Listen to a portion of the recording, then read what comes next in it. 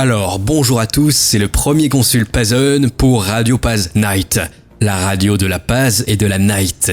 Et aujourd'hui, on va essayer de clore l'arc des kénodromes, vous savez, l'endroit où les Célestins pourront pécho des filles. On a déjà fait les études de médecine, l'hôpital psychiatrique, et là on va voir l'armée, la prison, et aussi un autre, le McDonald's. On va voir ces trois et on va faire une comparaison générale et trouver quel est le meilleur kénodrome. Alors pour l'armée, on va lire les commentaires. Il y en a un Jean-Kévin qui nous dit « Dans mon ancien régiment, 90% du personnel féminin kéné avec des gradés, se faisait tourner, etc. No fake. Dis-toi bien que pendant une sentinelle à Paris, une chef, sergent-chef, remplaçait un lieutenant. Bref, c'était elle la boss de l'opération. Pendant quelques temps, elle s'est fait sodo par un caporal, faisait du sale, etc. C'était tellement devenu célèbre qu'ils ont dû changer de commandement et contacter le commandement de la zone. Les meufs qui se font taper en OPEX, c'est pas rare du tout. Il y a déjà eu des histoires de gang B, une meuf qui s'est fait griller à Ken des forces spéciales dans un hélico, c'est quoi ça? Dans l'hélico au KLM, j'espère qu'il était posé. Sur d'ailleurs les FS. D'ailleurs les FS ou GCP et GCM, c'est quoi ça? Dites-le moi dans les commentaires, les militaires. Tirent sur tout ce qui bouge, sur Barkhane, les salauds. Bon bien sûr c'est des photos d'illustration, c'est pas des vrais, j'ai mis des soldats israéliennes en dépit d'eux. Et on va voir ce qu'en pense vous. Après ça dépend du corps d'armée, de ton régiment et même de ta spécialité, qui vont faire déjà que tu vas croiser plus ou moins de nanas. Quand j'y étais en 2010, c'était la fanfare qui avait cette réputation dans mon bataillon. Après, il fallait voir la gueule des Magali. Ah oui, parce qu'après si c'était des Magalox option fond de tiroir, c'est sûr que ça allait pas être glorieux. En 14 ans de service, j'en ai entendu et vu des histoires. Ça arrive surtout en mission, mais rarement en régiment. De mon expérience de militaire du rang en infanterie. Info bonus, si les filles de l'armée du pays sont aussi agréables à voir, c'est qu'en Israël, ça je l'avais dit, c'était des photos d'illustration. Ah, je confirme, pendant mes classes, il y avait de grosses gourgandines qui allaient se faire sauter. Le plus drôle, ce sont ceux et celles qui parlaient de leurs conjoints et enfants pour se retrouver dans un régiment dans le trou noir. Ce qui est l'oxymore d'un bésodrome, en tout cas, c'est bien le 18-25, Issou. Ouais, ça c'est vrai. J'étais militaire pendant 11 ans, à partir de 2007. J'étais pas officier, mais soldat. J'étais dans l'infanterie, donc peu de gonzesses, mais crois-moi sur le terrain ou en mission, quand tu rencontrais d'autres régiments, ça kennait sec et sans capote.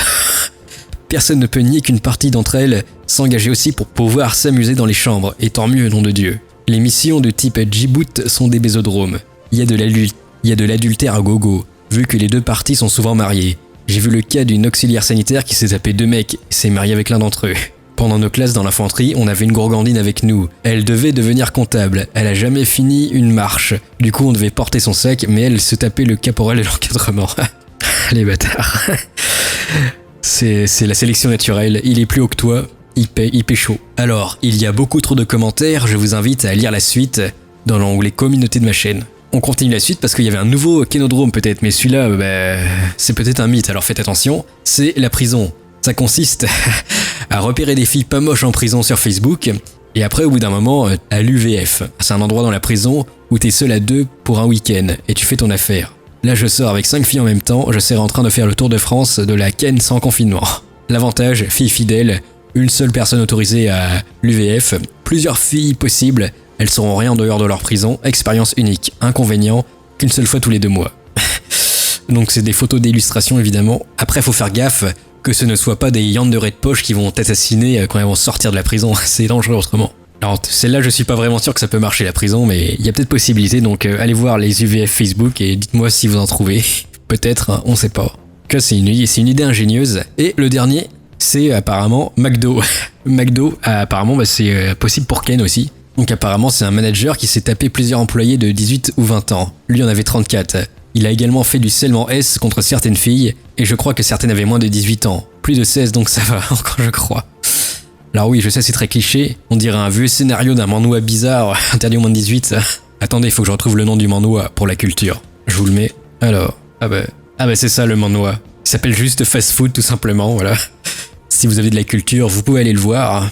Donc bref, on était rendu au McDo. Sinon il y a un stress pas possible, c'est l'enfer, et pour décompresser, tout le monde fait des blagues de Luc. Genre balance la sauce par rapport à la sauce d'un burger. Je connais plein de gens qui se sont pécho dans le McDo. Sur 15 employés, hommes qui sont restés plus d'1 an, je crois qu'au moins le quart ont couché avec une fille du McDo, et ce quelques mois après leur arrivée. Et par contre lui il était plutôt à l'écart, c'était un Célestino. 2 collègues se sont mis en couple, une nana était réputée pour se taper la moitié du McDo, et apparemment c'est véridique, mon coéquipier a couché avec elle.